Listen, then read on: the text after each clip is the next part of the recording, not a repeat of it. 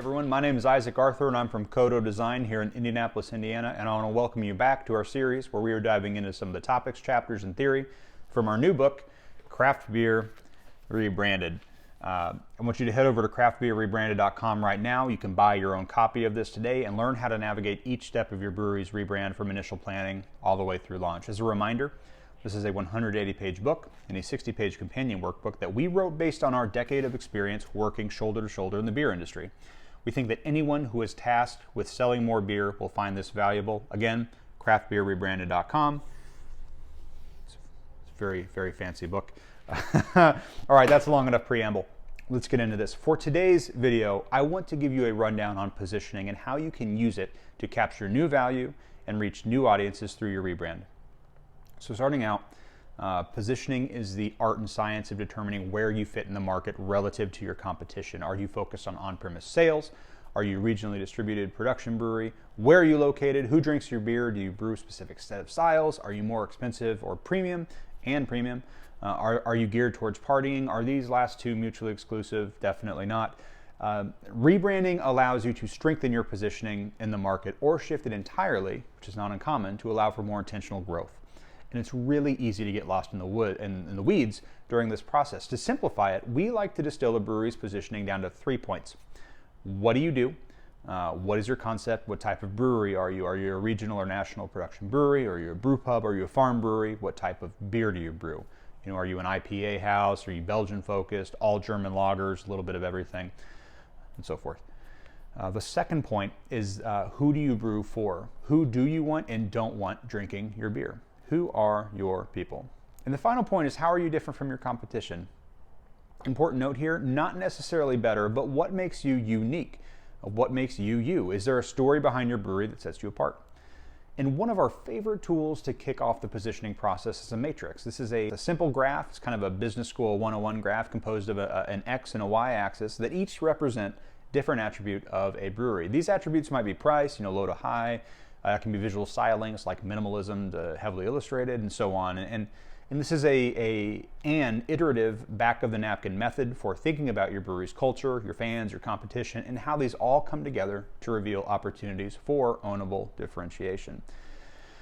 So now let's walk through how you can make your own matrix to position your brewery. So we want to start out by listing all the breweries. The first thing you do is sit down and list out all the breweries who you think are legitimate competition. This isn't cutthroat stuff, again, but rather breweries who occupy generally the same mind space as you do with your customers. As an example, if you're a cool downtown nano brewery and tap room, a similar spot a block over is competition, even if you guys are drinking buddies.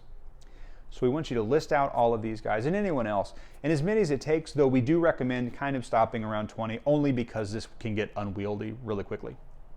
Once you have that list done, you then assign each brewery either a number or use their initials, or if you want to get really fancy, you can even use their logo, so that you don't have to reference this cumbersome legend, when you're looking at the graph itself. So with our competitive set defined, we now need to figure out what things we are measuring with this matrix. So a few possible variables to weigh everyone against can be, are these places, as I mentioned earlier, are they a brew pub or a production brewery? What's their overall concept? This could be on one axis, for example, on each end of the axis. What beer styles are they known for? Do they make inclusive styles or all beer geek stuff? This could be on another axis.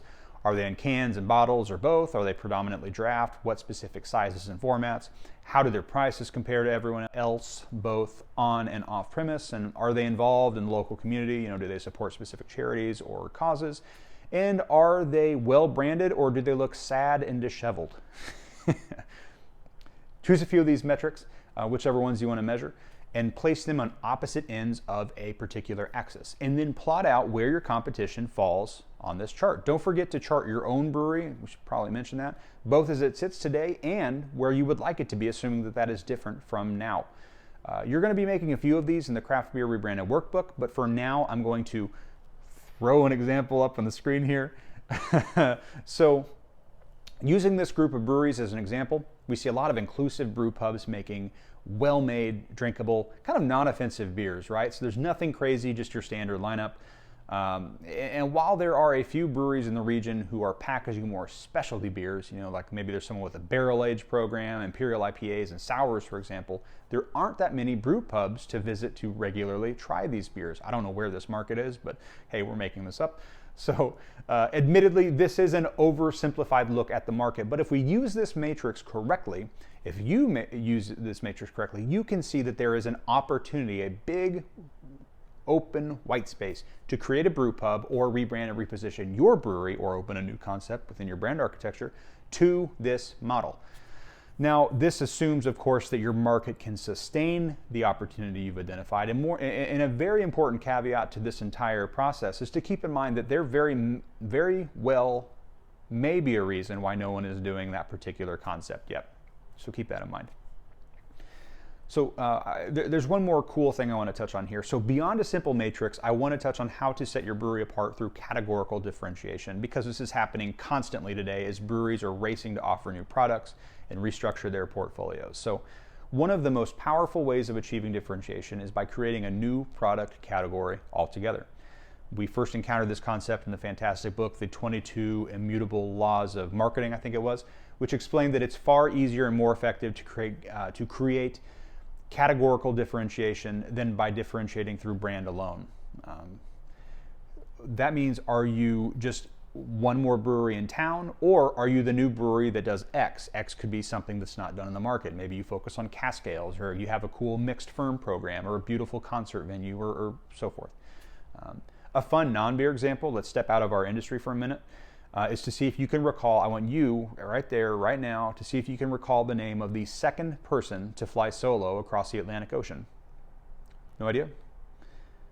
How about, do you know the name of the first female pilot to fly across the Atlantic Ocean? The answer to both of those is Amelia Earhart, because she's badass. And because Amelia Earhart was the first female, the first in her category, the first female, to fly across the Atlantic, we remember her for being the first female to fly across, despite also being the second person to fly across it, regardless of any other qualifier. So she has achieved really smart positioning. I'm sure she wasn't really concerned about that when she was flying across the ocean, but that's a really good metaphor for what we're talking about today in beer. And for a current day beer example, we are witnessing, you are as well, I imagine, something akin to an arms race to own the burgeoning better for you beer category. Stemming from meteoric national sales success of like low-cal, low-carb options like Mich Ultra, craft breweries are now cranking out their own light offerings as fast as they can, from your traditional light lagers to sours and seltzers, IPAs, and everything in between now, which is super cool. From a categorical differentiation standpoint, this is creating an all-new category. Now you're not competing with 8,000 other breweries, you're competing with a smaller set of highly differentiated beer. In this case, stuff that's lighter, has less carbs, and is less filling.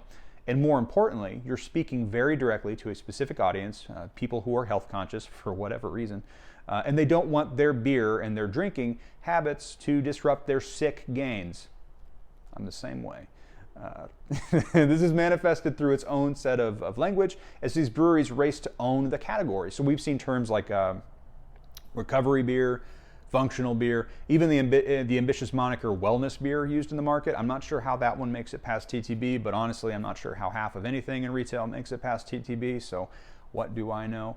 I do know that it's 2020 and beer is now healthy, and I can't wait to have that conversation with my doctor. So that does it for today's video. In our next piece, we're going to be discussing how to frame your brewery's brand architecture. This is an important consideration if you are launching a new SKU, like a new seltzer, or a new line extension, or a brand extension, or a new location. Brand architecture, similar to positioning, is an extremely important aspect of the brand strategy process. I think you're going to want to check that one out.